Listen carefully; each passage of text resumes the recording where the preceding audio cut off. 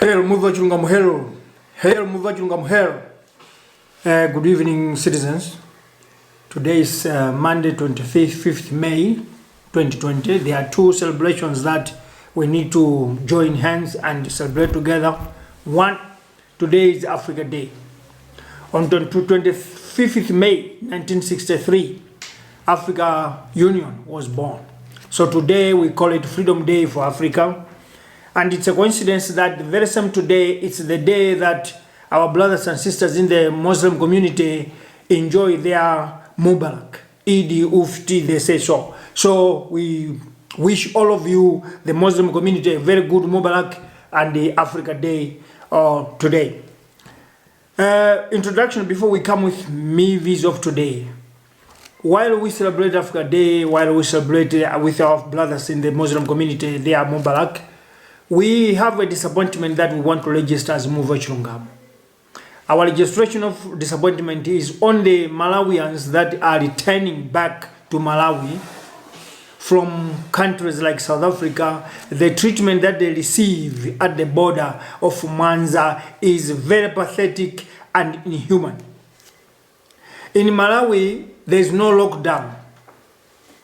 There are rallies that are being made, political rallies, political gatherings. People are gathering everywhere, and there's no system that is in place that shows that this coronavirus is being tamed or combated or maintained, or any system that is controlling it is not there.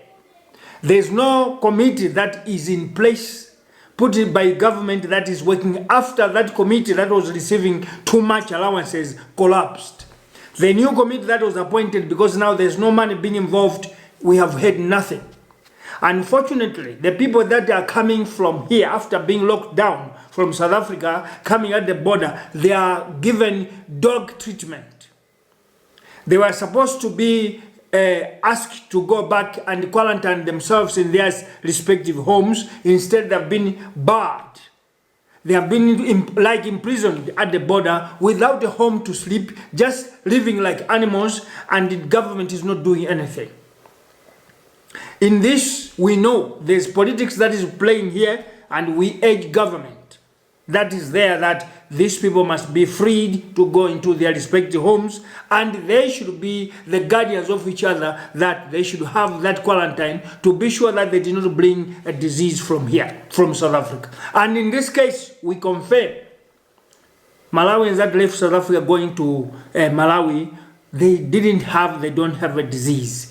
South Africa has been containing this disease properly, and if there's any signs, one will easily go to the hospital. So don't hold our people at the border. They must be released to go back to their homes.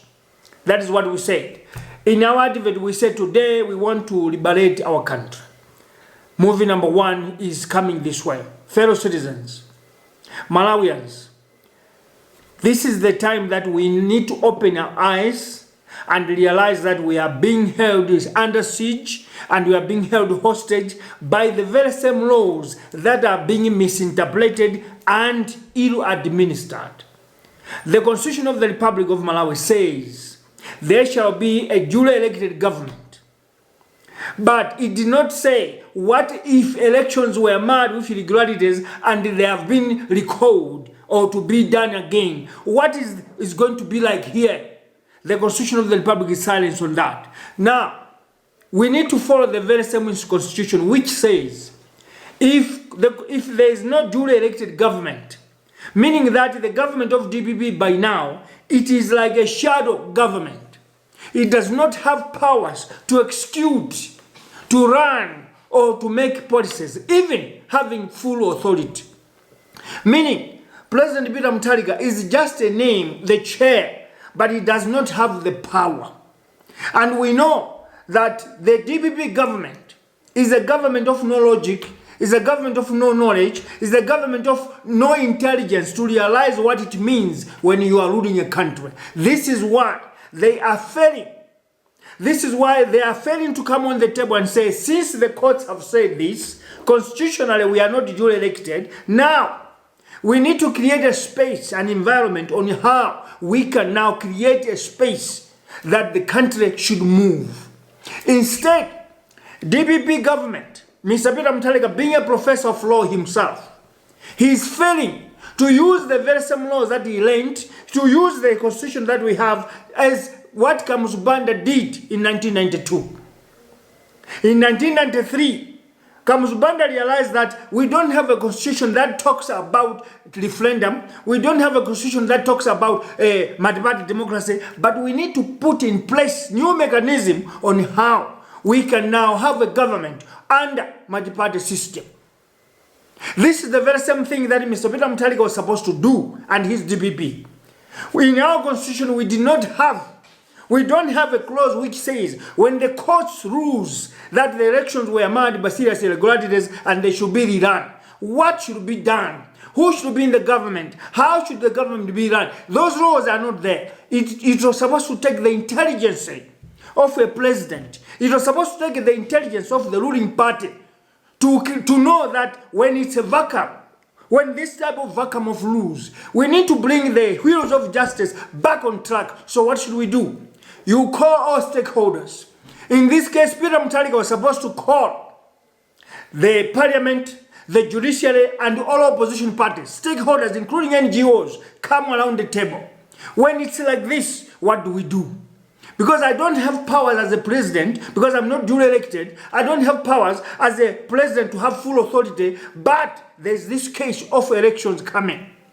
Obviously, if we say that the election must be done again, and you give me that power to appoint the new electoral commission, obviously I don't have those powers. The constitution has, but I don't have. Then the stakeholders would say, in this case, there's need for an emergency constitutional, what they call a crisis emergency constitutional order. Because by now, we are running under emergency rule. An emergency government, an emergency constitution, an emergency order. Because the elections that are coming are not in the constitution of the republic. The elections that are supposed, that the courts ruled, Mr. Peter Mutharika don't have a say because he's not duly elected president. In this case, that's where we need an emergency constitutional order. That's why we need an emergency government. That's why we need an emergency electoral commission. Something that will be created to sort out the crisis that we have. But to be precise, Mr. Mutharika cannot and don't have the powers to appoint new electoral commission because he's not duly elected. In other words, constitutionally, Malawi don't have a president. Now, being a player and a participant of these elections that are coming, Mr. Peter Mutharika is ruled out from being part and parcel to choose or appoint those who can run these elections. Why? Because if Mr. Mutharika, being a participant and a player, if he chooses, obviously he's going to choose those that are going to favor him. And this is the crisis we are in because my electoral commission under the departed Mr. Jenny Ansah ran the elections in favor of Mr. Peter Mutharika. In this case, Mr. Mutharika is a benefactor of these fraudulent elections. So he don't have the power. He don't have the mandate to appoint. He don't even have power to sign bills. He don't have power or authority to authorize or to administer or govern the government during this crisis until maybe if he is re-elected, then he can have those powers again. Maybe if he goes, then the new government is the one that is having the mandate and the power and authority to sign bills or create the Malawi Electoral Commission or whatever authority.